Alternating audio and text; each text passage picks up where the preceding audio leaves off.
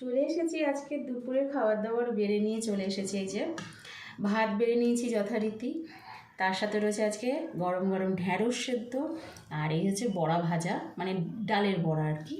মুসুর ডাল ভালো করে ভিজিয়ে রেখে একটা বড়া করেছি, এটা দিয়ে আরেকটা আইটেম করেছি, কিন্তু একটু তো শুধু মুখে খাবো ভাজা, তাই জন্য বড়া রেখে দিয়েছি। আর এই দিকে চলে আসতে হবে এবারে।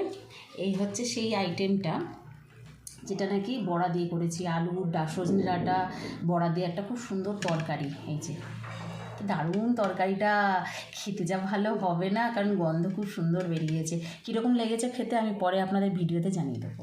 আর একটা করেছি এই যে, এটা হচ্ছে ডিমের ঝোল। আজকে কিন্তু কষা নয়, আজকে পুরো ঝোল, কষা কষা হবে না। আজকে ঝোল খাবে বলে দিয়েছে বাড়িতে একদম, যে আজকে পাতলা ঝোল করবে। এই হচ্ছে আজকে আমার রান্নাবান্না। দেখে নিন তো কেমন লাগছে আজকের আমার দুপুরের এই আয়োজন।